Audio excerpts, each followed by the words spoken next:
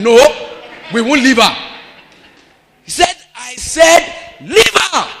They left her and she fell on her face. Again. Nothing happened. Smith said, pick her up again. By that time, people were already reacting the way you are. I said, leave her. This one said, lie. We won't leave her. We won't leave her. He said, I said, leave her. He said, as they were doing that, one man just stood up in the congregation. I said, you are an animal. You are callous and you are insensitive. Why are you doing this to that invalid, to that woman?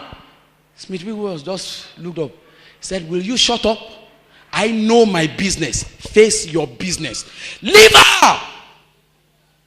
He said they left her. She fell down and the tumor came out. Andrew Womack said when he saw that, he was like, whoa. Okay. Don't tell me that Smith Wigglesworth had more faith than I had that day. He only had less unbelief.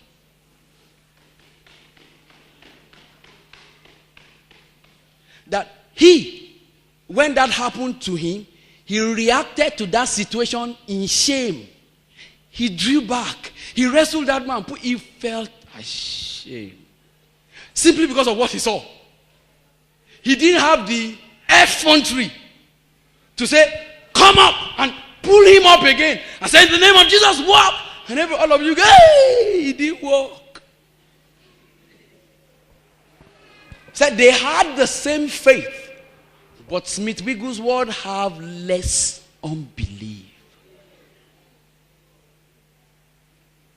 Now, my question this morning to you is, how do you react when it seems things are not working? Somebody told us one interesting story yesterday at the prayer meeting. You know, where the prayer department have prayer meeting every Saturday. I endeavored to go there. And somebody was telling us one story about a minister of God in this city. No, not this city, in Nigeria. Said something happened. And immediately he said that, I was like, I love that man's reaction. He said they were having one meeting. He goes to one church for a convention every year. And one woman just went to him. He said, I've been married for the past 7 years. I'm not pregnant. And the man of God looked at him and said, by this time next year, you will embrace a child. And he went away. And next year, no child, no pregnancy, no coal on the ground. You know when they said there's no coal on the ground, said nothing happened. So the woman came to him and said, man of God, you said that next year. See, next year now, I don't have anything. Now, okay, if I be a man of God, by this time next year, thou shalt have a child. And he went, he came back. Next year, nothing. The third year, the woman came and said, you said 2 years ago, you said, if I be the man of God, this time next year, you will have a child. So by the fourth year rather, the same thing happened. The woman just came to the convention, knowing he will come again. He just came and he yabbed the man. And you called yourself a man of God. You have been lying to me for the past 4 years. In front of everybody. That I've not been pregnant. And you told me that this is the 4th year. And embarrassed him for everybody. And the man of God stood up. He said, if I be the man of God, the way you have embarrassed me, God will embarrass you with children. Guess what happened next year? She had a triplet. The year that followed, when they tried it again, she had a twins. The year that followed, she had another twins. Oh yeah, the year that followed, she had 10 children. Until the husband went to him and said, if na joke, stop him. This kind of something. I said, I beg, what is all this? Where do I put them? 10 children. See, what got me thinking about that is his reaction to that woman's no result. Do you know the way all of us react to no result many times? It didn't work.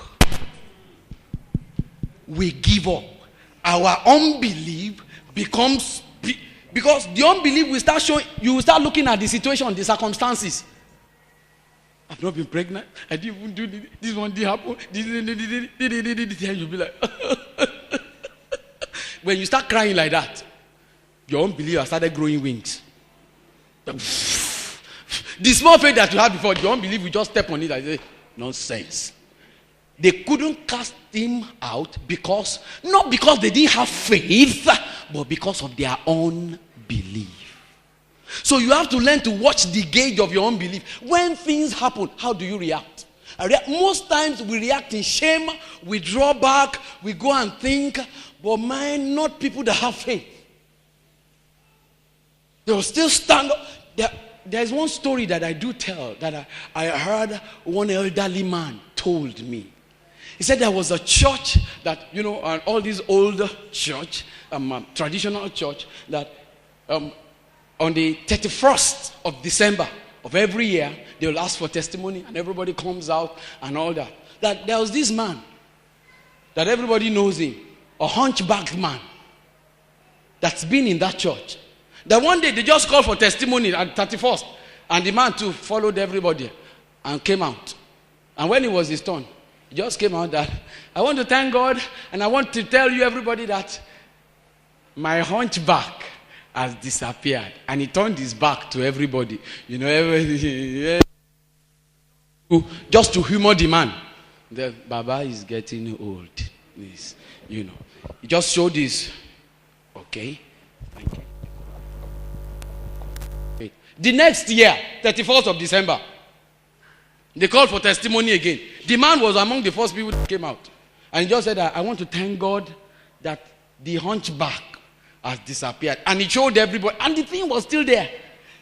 By the third year, when he was coming at everybody, the way everybody will do that. Oh. And he just came out and said that, I want to thank God that the hunchback, I believe God, it has disappeared. And as he turned like this, before everybody, the whole thing just straightened up. The whole church went wild. People cried. It disappeared right in front of everybody. Right in front. First year, nothing happened. Second year, nothing happened. Third year, in front of everybody. By the second year, you yourself, you even stop going to that church. That I gave testimony last year. That watch me this year. I will buy a new car. And here you are. That's the end of that year. You are still pushing your jalopy. You say that, God, Emma do you to me? No. When you are doing like that, you don't have faith anymore. You have been allowing what you see, what you experience, what is happening around you to have more muscle than your faith. And that was what happened to Peter. Now, let's still go further. I want to show you something in this Matthew chapter 17. Verse 20. Matthew 17 verse 20. And Jesus said unto them, because of your unbelief, for verily, verily I say unto you, if you have faith as a grain of mustard seed, you shall say unto this mountain, remove hence to yonder place, and it shall remove, and nothing shall be impossible with you. The mustard seed is so tiny. He said if your faith is like that, all you need to do with that faith is use it. So please help me tell your neighbor, say use your small faith. Make sure you are using your little faith. That if you do that, you will say to this mulberry tree, get out of here. Be cast into the sea. He said when you do that, nothing shall be impossible unto you. Now look at verse 21. Oops, this is good. Now verse 21 now says, howbeit this kind goeth not out but by prayer and fasting. Now please, everybody listen to me here. Jesus said, from verse 20 to 21. Verse 20, he was addressing their unbelief. The same gist in verse 21. He now said, howbeit this kind goeth not, but by prayer and fasting. Do you know the meaning that we always give to this thing? He is that this kind of demon went not out, but by prayer and fasting. But let me ask you, what is the subject matter that Jesus was talking about there? From verse 21, from verse 20 rather. Let me read it again to you. Verse 20. Because of your unbelief. For verily I say unto you, if you say unto this mountain, if you say, because of your unbelief, for verily I say unto you, if you have faith as a grain of mustard seed, you shall say unto this mountain, remove hence to yonder place, and it shall be removed yonder. And it shall move, and nothing shall be impossible unto you. Howbeit, this kind goeth not out, but by prayer and fasting. What is the subject